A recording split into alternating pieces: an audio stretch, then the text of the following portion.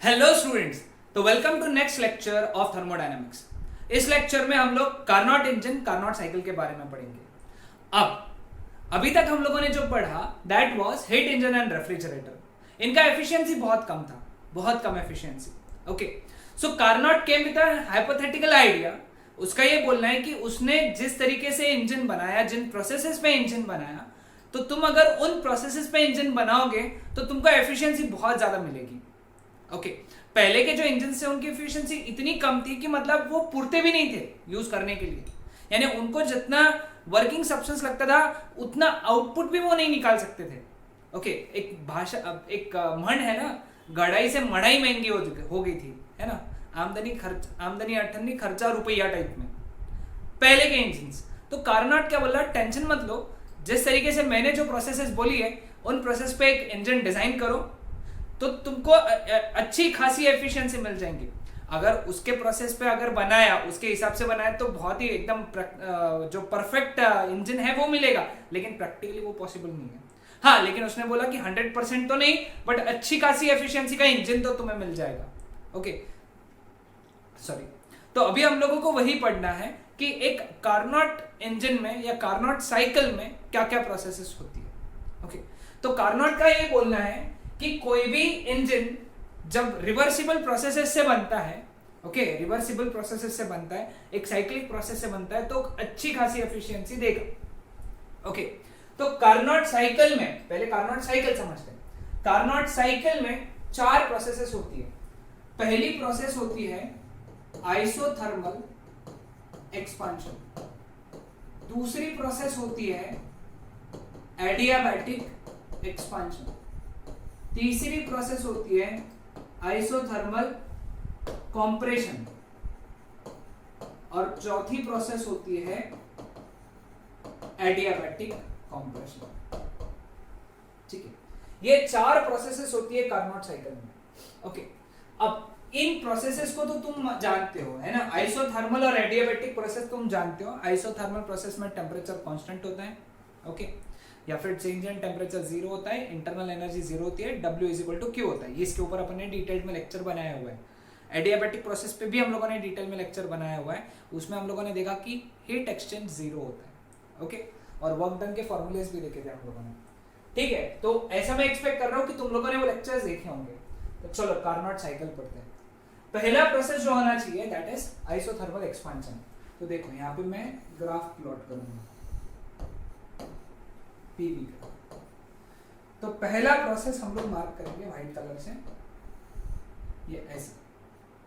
Okay, तो पहला process is isothermal expansion, जहां पे वॉल्यूम V1 से V2 बढ़ गया, और ये प्रोसेस हुई टेम्परेचर T1 पे। ये पहली प्रोसेस है।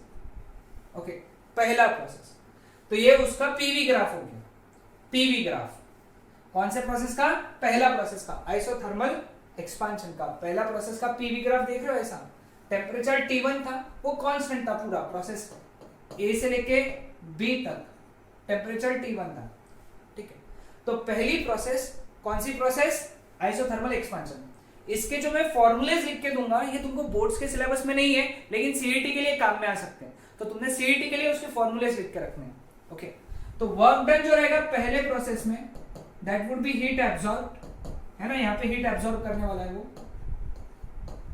हॉट रिजर्वायर बोलेंगे इसको हम लोग, है ना। हॉट रिजर्वायर से हीट एब्जॉर्ब करेगा Q1 and that would be equal to work done. Form उसका वैल्यू कितना आएगा? NRT1 log of natural log of V2 by V1, VF/V1 होता है ना। तो ये वर्क डन हो गया पहले प्रोसेस का। ठीक है, अगेन आई रिपीट, यहाँ पे तुमको इक्वेशंस सिलेबस में, बोर्ड्स के सिलेबस में नहीं है, ये सीईटी के लिए काम के हैं, तो तुमने उस हिसाब से लिखते चलने सीईटी पॉइंट्स में। ओके, फिर अगला प्रोसेस जो हो रहा है दैट इज, अलग कलर से लिखेंगे हम लोग, एडियाबैटिक एक्सपांशन। एडियाबैटिक एक्सपांशन इस तरीके से। ओके, तो एडियाबैटिक एक्सपांशन हुआ V2 थ्रू V3 वॉल्यूम में एक्सपांड हुआ ना, लेकिन यहां टेम्परेचर चेंज हो गया, है ना। तो BC process, this is adiabatic expansion. Okay, अब ये BC प्रोसेस में एडियाबैटिक एक्सपेंशन में भी वर्क होगा, that work done W that would be given as NR upon gamma -1 bracket में T1 minus T2, T1 minus T2, ठीक है। ये प्रोसेस थी A to B, ठीक है। अब तीसरी प्रोसेस होगी which is isothermal compression. Isothermal compression यहां से यहां C2D, ओके, C2D में आइसोथर्मल कंप्रेशन हुआ, ओके।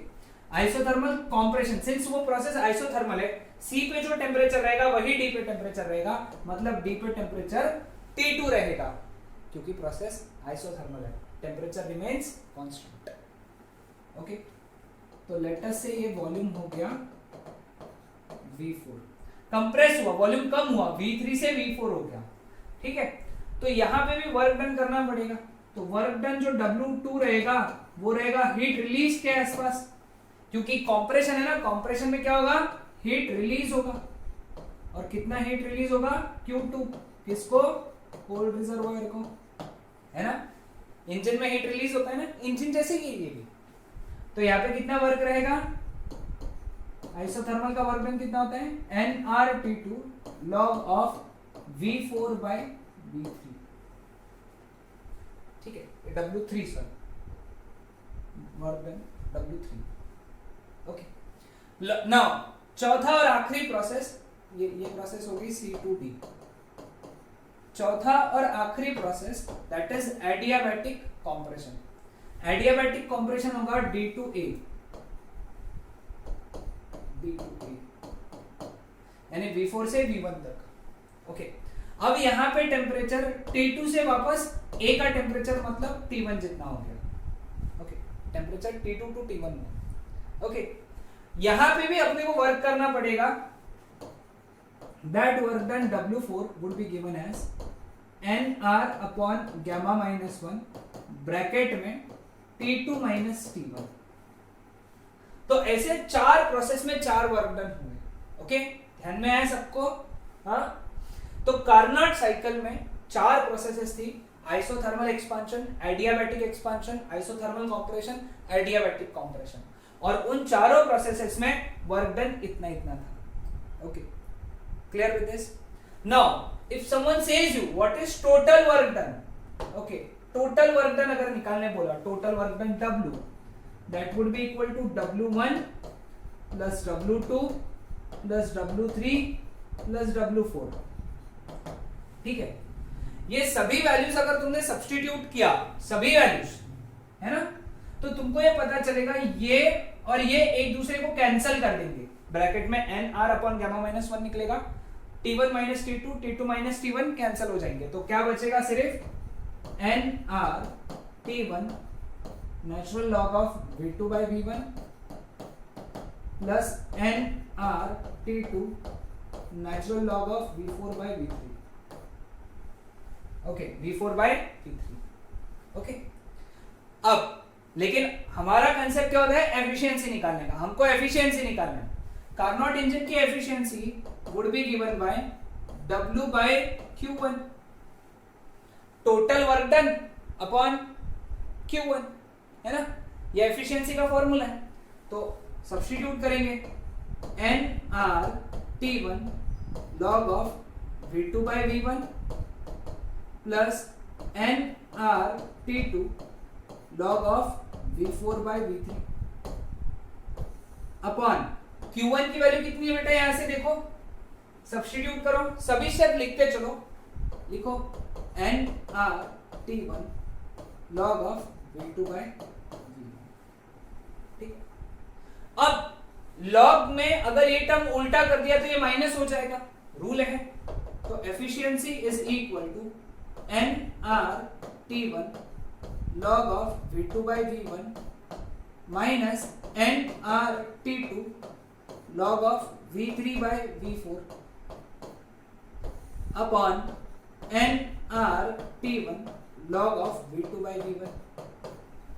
NR मतलब ये कॉमन निकाल लिया, इसको सेपरेट कर दिया ये टर्म को, तो क्या मिलेगा, 1 माइनस NR NR कट हो जाएगा, T2 by T1 log of V3 by V4 upon log of V2 by V1।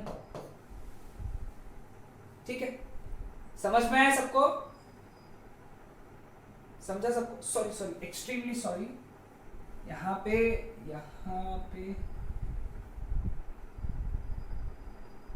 हाँ करेक्ट नहीं, आई वाज जस्ट कंफ्यूज कि मैं V4 by V3 सही लिखा है ना, V4 by V3 final by initial, final upon initial V4 by V3, final upon initial V2 by V1। ठीक है, extremely sorry, there was a little confusion. Okay हाँ, अब ये इक्वेशन को मैं इक्वेशन नंबर 1 मार्क कर दूंगा। ओके नाउ अब ये हटाता हूं यहां से। अब देखो, हमको मालूम है for adiabatic process T V raised to gamma minus 1 is constant, है ना। अब ऐसे हमारे पास में दो एडियाबैटिक प्रोसेस हैं, कौन से B2C और D2A, है ना। B पे वॉल्यूम कितना है V2 और टेम्परेचर कितना है T1 raise to gamma minus 1 is equal to C पे वॉल्यूम कितना है V3 और टेम्परेचर कितना है T2 गामा माइनस 1। ठीक है, अब D2A, A पे टेम्परेचर कितना है T1, A पे वॉल्यूम कितना है V1, टेम्परेचर है T1 raise to gamma minus 1 is equal to D पे कितना टेम्परेचर है T2 और वॉल्यूम कितना है V4, तो V4 T2 raise to gamma minus 1। ये इक्वेशन समझ में आया सबको? ये इक्वेशन हम लोगों के एडियाबैटिक प्रोसेस के वहां से आते हैं। इन दोनों को डिवाइड करेंगे तो क्या मिलेगा V2 T1 raise to gamma minus 1 upon V1 T1 raise to gamma minus 1, V3 T2 raise to gamma minus 1 upon V4 T2 raise to gamma minus 1। Cut गया, ये भी कट गया, तो हमको क्या मिला V2 by V1 is equal to V3 by V4। V2 by V1 is equal to V3 by V4, तो दोनों का लॉग और ये लॉग कैंसिल हो गया, पहले इक्वेशन के हिसाब से कैंसिल हो गया, तो क्या बचा एफिशिएंसी का, therefore efficiency is equal to 1 minus T2 by T1। This is the formula for efficiency of heat engine, Carnot engine. तो कार्नोट इंजन की एफिशिएंसी होती है eta is equal to 1 minus T2 by T1। T2 ये यहाँ का temperature है, T1 यहाँ का टेम्परेचर है। ओके, हॉट रिजर्वायर का टेम्परेचर T1 और कोल्ड रिजर्वायर का temperature T2। Clear with this? सभी को ध्यान में आया कार्नोट साइकिल, कार्नोट इंजन? हाँ, ओके।